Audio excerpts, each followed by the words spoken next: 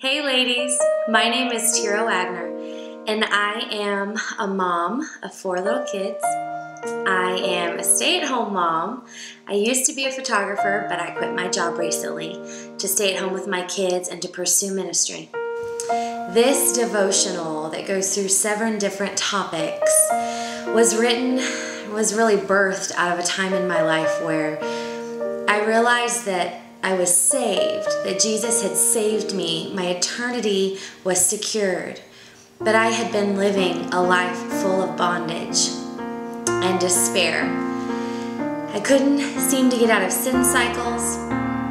My life seemed rooted to the problem constantly, and I knew I needed to find a way out, and the only way out to any of these problems is really the power of God through Jesus. So I dove in deep. I put all of my guards down. I decided to trust the God who created me and give Him my all. I want to encourage you with something in these next few weeks. I want to encourage you to really ask Jesus a lot of questions. These days and weeks may look simple. You may have gone through material like this before.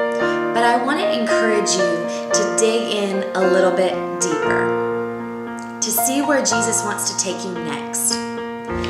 Every one of these topics is written with the intent in mind of getting the wheels turning. For you to spend a week digesting how to not live an offended lifestyle, how to stay out of the trap that comparison places for us. All of these topics and you'll see as I've written all of the discussions, they lead to more questions. They lead to more answers that Jesus wants to give you. But the question is, are you going to be willing to put your guard down, to let all of your defenses drop, and to truly dig in and ask the questions, what has me bound? Which tool has Satan used in my life to keep me rooted to sin, rooted to bondage, rooted to the problem? My children and my marriage suffered because I was unwilling to see or ask Jesus what the root was, and then walk alongside Him and allow Him to pull the root out and clean me up. You know, when we take a root out of the ground, there's empty spots, there's empty spaces left in the ground. I want to encourage you to look at this as more room to be filled with joy and peace and patience.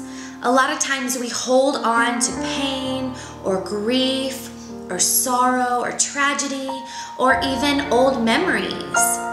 But God says that He wants to refine us, to renew our minds, to uproot these strongholds in our life, clean us off, and fill us with fruit that is tasty and that is not bitter. Fruit that we can give to the world to eat, and that whenever we offer this fruit to someone, that they then take this fruit and they want what you have. They want to bear good and tasty fruit. I walked around a lot of years knowing who Jesus was, but not bearing sweet fruit. I was bearing tangy fruit. Fruit that was bitter to the taste, to the touch, to the eyes. I couldn't understand why relationships were hard or why my marriage could never seem to get past that rut. And when I began to realize is that these roots were holding me to the problem, they weren't allowing me to move forward. So my hope and prayer is that you will take the time, you will set aside time, and you will ask Jesus questions. I encourage you to get out your journal, write down questions, and then watch as God begins to heal you and answer some of these questions. I pray that you will use this as a tool to help shape and mold your children, to help strengthen your marriage, and a tool also to encourage the ladies around you as they grow in their faith as well. Thank you so much for being willing to go on this journey and thank you so much for being willing to go on this journey.